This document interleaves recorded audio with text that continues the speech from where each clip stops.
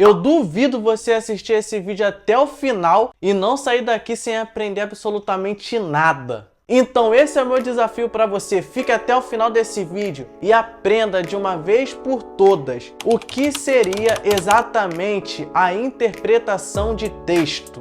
Fala galera, paz do Senhor, como é que vocês estão? Eu tenho certeza que se o Senhor estiver participando do dia de vocês, o seu dia está sendo maravilhoso. Para quem não me conhece, muito prazer, meu nome é Alexandre. Sejam todos muito bem-vindos e que Deus abençoe a vida de vocês poderosamente. A interpretação de texto nada mais é do que você dar um rumo para aquilo que você está lendo, usando outra coisa e fazendo eles ficarem conectados um ao outro. Geralmente, isso vai acontecer quando você faz uma conexão de um texto para o outro. E no nosso caso aqui, como esse vídeo e esse canal é um canal de conteúdo cristão, é quando você conecta um livro com outro livro da Bíblia, um versículo com outro versículo, um capítulo com outro capítulo. Isso é interpretação de texto. É entender o sentido do que está escrito na Bíblia e não apenas você ler por ler. Porque ler, você lê revista, lê jornal, lê rótulo. Por isso que a palavra vai dizer, examinai as sãs escrituras. Por exemplo,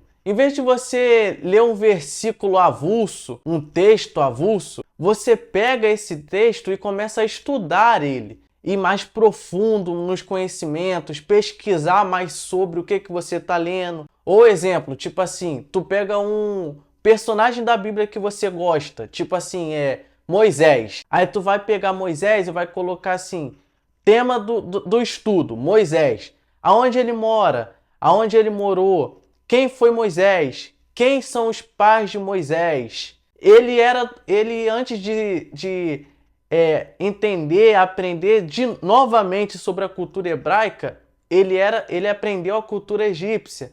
E o que eles faziam na época? Quais eram os deuses do povo do Egito? Isso é o resumo da interpretação de texto. Quando você pega um texto e estuda mais a fundo... Caramba, quase que eu deixo o controle cair. Isso aqui é o controle do celular, para ficar dando pause.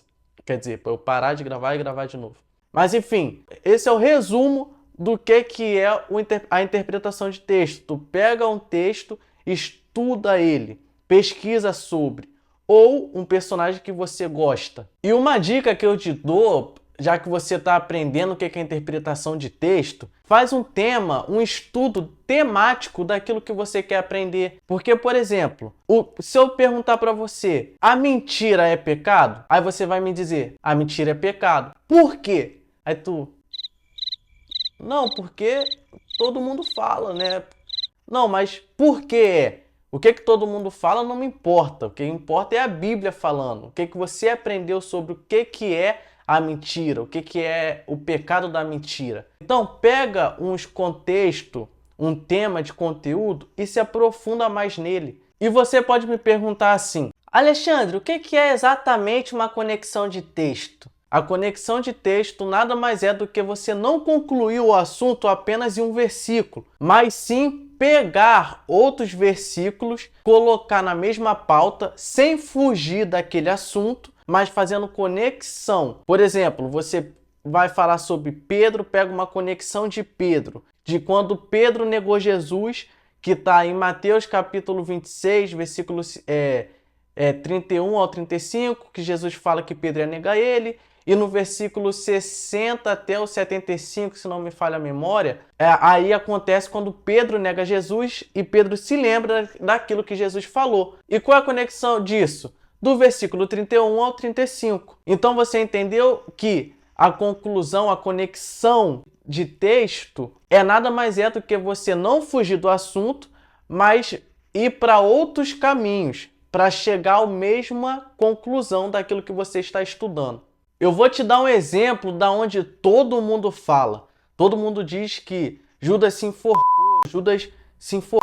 Todo mundo fala isso, né? Então abra comigo no livro de Mateus, capítulo 27, versículo 4 ao 6. Olha a conexão de texto, o que faz a diferença quando você vai interpretar texto. Dizendo, pequei, traindo sangue inocente. Eles, porém, disseram, que nos importa isso é contigo. E ele, atirando para o templo as moedas de prata, retirou-se e foi-se em E os príncipes dos sacerdotes, tomando as moedas de prata, disseram: não é lícito colocá-las no cofre das ofertas, porque são preço de sangue. Então aqui é quando Judas entrega Jesus para os sacerdotes da época, os pastores da época, os líderes religiosos, e ele vai falar assim, ó, cara, eu tô arrependido do que eu fiz, eu entreguei sangue inocente, Jesus é inocente. E os sacerdotes, como já procuravam matar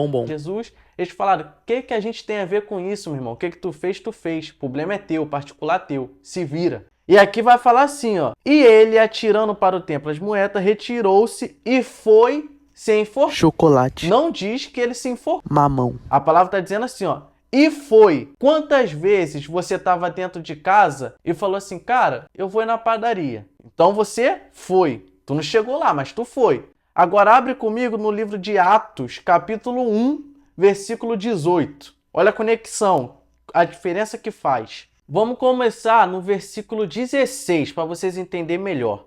Olha o que Pedro está dizendo. Homens, irmãos, convinha que se cumprisse a escritura que o Espírito Santo predisse pela boca de Davi acerca de Judas, que foi o guia daqueles que prenderam a Jesus, porque foi contado conosco e alcançou sorte nesse ministério.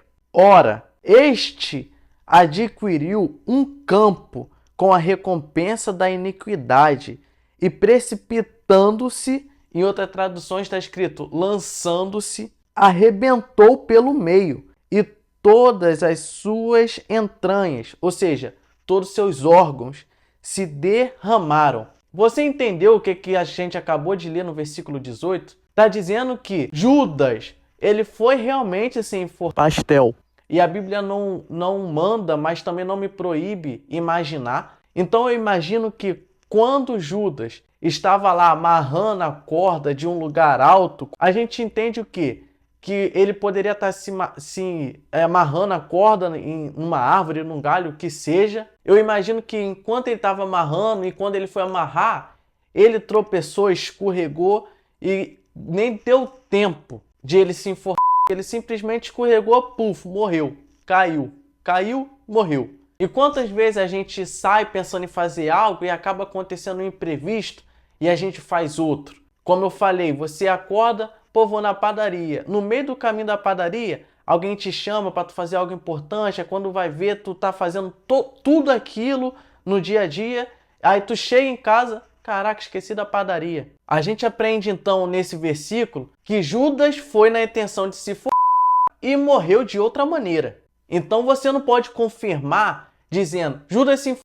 Não, porque a gente acabou de ler que Judas foi se enforcar e morreu de outra maneira. Mas Alexandre, todo mundo fala que Judas se enforcou. Então deixa eu te dizer uma coisa. Se você fala o que você nunca estudou, você está passando uma informação para outras pessoas. E cuidado, muitas das vezes, a informação que você está passando para terceiro pode estar errada. E aí, vai criando uma bola de neve com tantos dogmas humanos, tantas doutrinas humanas, que quando vai ver, tá todo mundo acreditando em algo que é uma meia-verdade e uma inverdade. Porque é algo que parece ser certo, ser verdadeiro, está na Bíblia, mas é mentira, é anátema. Que nem quando falaram 1000 passará, 2000 não passarás. Todo mundo pensou que o mundo ia acabar no ano de 2000. Muita gente, ó, foi de ralo porque achou que ia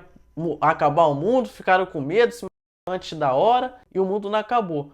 Porque alguém inventou uma mentira dizendo que o mundo ia acabar em 2000. Quando chegou em 2000, todo mundo, naquele momento de emoção, o mundo não acabou. Aí o que aconteceu? Hoje em dia a gente vive num mundo onde todo mundo fica zombando, dizendo já escuto que Jesus ia voltar desde que minha avó faleceu, desde que não sei o que, e Jesus não vai voltar mais nada. Então tem um bando de gente não acreditando na volta de Jesus por causa de uma mentira boba. E essa resposta está no livro de 2 Pedro, capítulo 3, versículo 3. Depois, se vocês quiserem, eu posso até trazer para vocês também. Ou, meu irmão, Pega a Bíblia e lê também, pelo amor de Deus. A Bíblia é um alimento do ser humano, do cristão principalmente, mas do ser humano. Leia a Bíblia, pega aí. Se não for 2 Pedro, é 1 Pedro. Mas é o capítulo 3, versículo 3. E tu vai ver a resposta. Por que Jesus está demorando a voltar? Porque tem gente que zomba de Jesus e Jesus não volta. Lá está a resposta. Outra coisa também que muitas pessoas falam e que não é uma verdade. Maria Madalena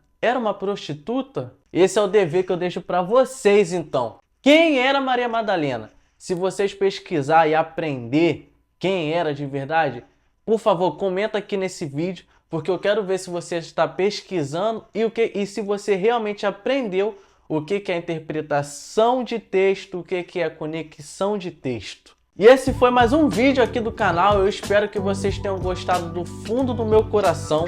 Por favor, irmão, se inscreve no canal, deixa o like, comenta, compartilhe, isso ajuda muito a divulgar o canal para que a palavra do Senhor alcance mais vidas. Nesse botão vermelhinho aqui, se tiver vermelho, clica aí, irmão, é 0800, tu não paga nada, absolutamente nada. Então você só vai estar me ajudando. Clica aí e me ajude. Eu espero que Deus abençoe a vida de vocês. Até o próximo vídeo. Valeu, tchau e fui!